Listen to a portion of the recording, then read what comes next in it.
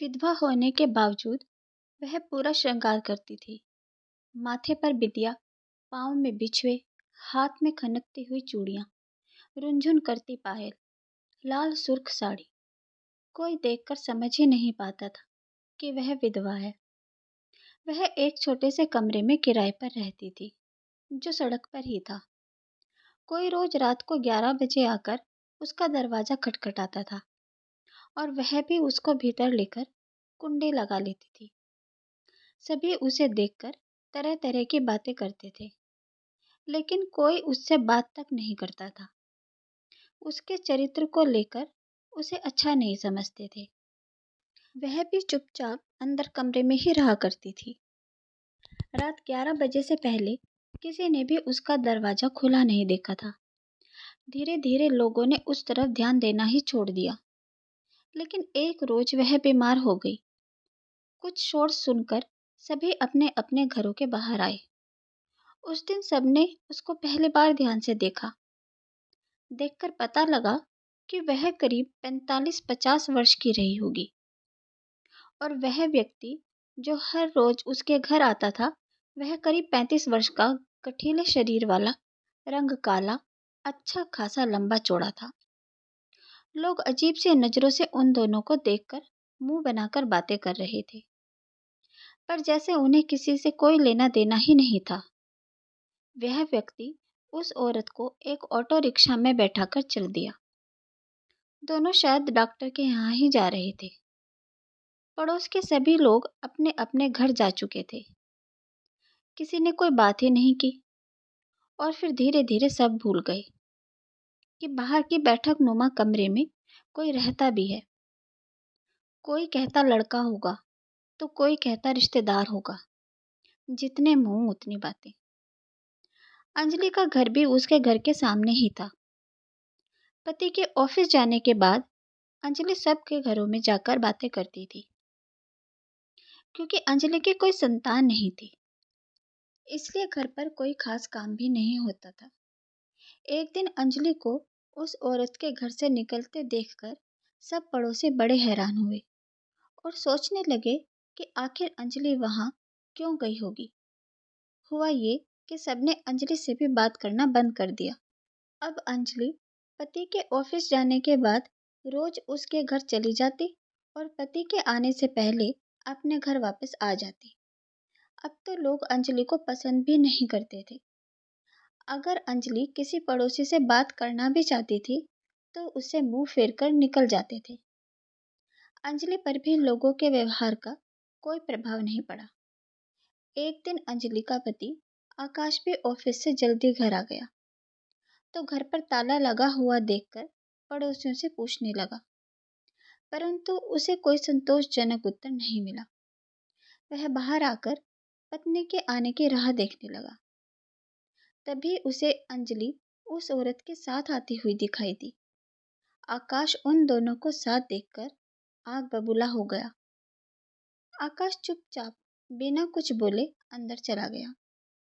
पीछे पीछे लापरवाह सी अंजलि भी इठलाती हुई अंदर आ गई। आकाश ने गुस्से में आकर अंजलि से पूछा, कहाँ गई थी तुम? मैं कब से तुम्हारी राह देख रहा हूँ। सब जानते हैं कि यह औरत ठीक नहीं है। आकाश और अंजलि में बहस काफी बढ़ चुकी थी। शोर सुनकर पड़ोसी भी एकत्रित हो गए। पड़ोस की औरतें बातें बनाते हुए बोलने लगी कि हम तो सोच ही रहे थे कि इतना सज संवर कर यह उस औरत के पास क्यों जाती है। आकाश ने अंजलि से पूछा, बताओ कब से चल रहा है ये सब? अंजलि, जो अब तक चुपचाप थी, वह गुस्से से थर-थर कांपने लगी। उसने कहा, जिस औरत को तुम गलत समझ रहे हो, गलत वो नहीं, गलत तो तुम लोग हो, जो किसी के चरित्र पर कीचड़ उछालने में अपनी शान समझते हो। मैं पूछती हूँ, क्या किया है उसने? क्या अपराध है उसका? तुम लोगों के विचार ही गलत हैं। वह लड़का जो उसके घर आता है, वह और कोई नहीं, पति है उसका। सबने आश्चर्य से अंजलि की ओर देखा, जैसे वह पागल हो गई हो। आकाश भी झल्लाते हुए बोला, तुम होश में तो हो? वह लड़का उसका पति कैसे हो सकता है? अंजलि फूट फूट कर रोने लगी। सभी हतप्रभ से अंजलि को देख रहे थे। आकाश ने अंजलि के सर पर हाथ फेरते हुए उसे सांत्वना देते हुए कहा, रोना बंद करो और सच सच बताओ, यह सब चल क्या रहा है? एक लंबी सांस भरकर अंजलि ने बताना शुरू किया। जो उस कमरे में रहती है उनका नाम तुलसी है और वह व्यक्ति जो उनके पास आता है उनका नाम सुरेश है। तुलसी ने बताया कि उनके 2 पुत्र हैं। वह अपनी पत्नी और बच्चों के साथ रहते हैं। उनकी आमदनी भी ज़्यादा नहीं है। मेहनत मजदूरी करके जैसे तैसे अपने बच्चों का पेट पालते हैं और ऊपर से मकान का किराया और तुलसी की जिम्मेदारी भी। उनकी एक बहू ने तो साफ साफ बोल भी दिया, माँ जी, आप अपना कहीं और ठिकाना ढूंढ लें। तुलसी को बहुत बुरा लगा। उनकी आंखों में नींद उड़ चुकी थी। बेटे बहू के पास जैसे तैसे रात निकालकर सुबह उजाला होते ही तुलसी वहां से निकल गई। उनको कुछ सूझ नहीं रहा था कि कहाँ जाऊं। चलते चलते काफी समय बीत चुका था और भूख भी लगी थी। तभी उनको एक ढाबा दिखाई दिया और वह वहां पर चली गई। लेकिन उनके पास पैसे नहीं थे। सबको खाते देख जैसे भूख और बढ़ने लगी थी। तभी उनके पास सुरेश आया और पूछने लगा कि आपके लिए क्या लाऊं? तुलसी ने हाथ जोड़ते हुए कहा, कुछ नहीं, बस मुझे कुछ काम दिला दो ताकि 2 वक्त का खाना चलता रहे। सुरेश ने कोई जवाब नहीं दिया और चुपचाप जाकर छोले भटूरे की प्लेट ले आया। खाना खाने के बाद भी तुलसी के मन में एक प्रश्न खड़ा था कि अब कहाँ जाऊंगी। परंतु उनके मन के द्वंद्व को सुरेश समझ चुका था। सुरेश ने कहा, अगर आप ठीक समझो तो मेरा कमरा यहीं पर है। आप वहां जाकर आराम कर सकती हैं। मैं मालिक से काम के लिए बात करूंगा। तुलसी के मन में संकोच सा हो रहा था, पर फिर भी वह चुपचाप उठकर सुरेश के साथ उसके घर आ गई। एक छोटा सा कमरा, वहां चारपाई पड़ी थी। उस पर गंदे कपड़ों का ढेर लगा हुआ था। कमरे में जगह जगह सिगरेट के टुकड़े बिखरे थे। पूरा घर अस्त व्यस्त था। कमरे पर पहुंचकर सुरेश ने बोला, तुम अभी आराम करो, मैं मालिक से काम के लिए बात कर लूंगा।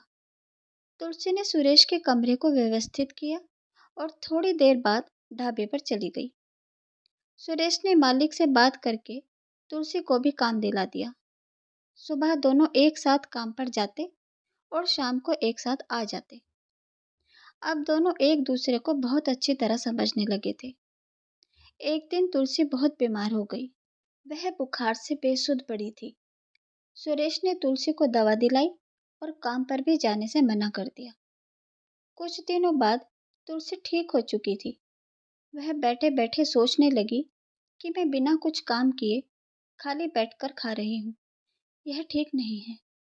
मैं बोझ बन गई हूँ। और उसने वहां से जाने का निश्चय किया। तुलसी ने सुरेश से कहा कि मुझे अब यहाँ से चलना चाहिए। यह सुनकर सुरेश को झटका सा लगा और वह खड़ा रह गया। सुरेश ने तुलसी को रोकते हुए कहा कि अब मैं तुम्हारे बिना नहीं रह सकता। मुझे तुम्हारी आदत हो गई है। यह बोलकर सुरेश की आंखों में आंसू आ गए और वह जोर जोर से रोने लगा। जाना तो तुलसी भी नहीं चाहती थी। एकाएक सुरेश बोला कि मैं तुमसे विवाह करना चाहता हूँ। मेरा भी इस संसार में कोई नहीं है, अतः मुझे तुम्हारे साथ की बहुत आवश्यकता है। तुलसी को कुछ समझ में नहीं आ रहा था। सुरेश की बातें सुनकर तुलसी बोली, समाज क्या कहेगा? मैं एक विधवा हूँ और तुमसे उम्र में बहुत बड़ी हूँ। सुरेश बोला, मुझे समाज की परवाह नहीं है। मैं तुम्हें समझता हूँ और तुम मुझे समझती हो। मेरे लिए सिर्फ इतना काफी है। अंत में दोनों ने विवाह कर लिया। अंजलि के मुंह से तुलसी की कहानी सुनकर सभी की आंखें नम हो गई। तुलसी के प्रति अब सभी की सोच बदल चुकी थी। कुछ समय पश्चात तुलसी बहुत बीमार हो गई। सुरेश, जो उम्र में उससे छोटा था, उसने तुलसी की एक छोटे बच्चे की तरह सेवा की। और एक दिन तुलसी भगवान को प्यारी हो गई और सुरेश एक बार फिर अकेला हो गया।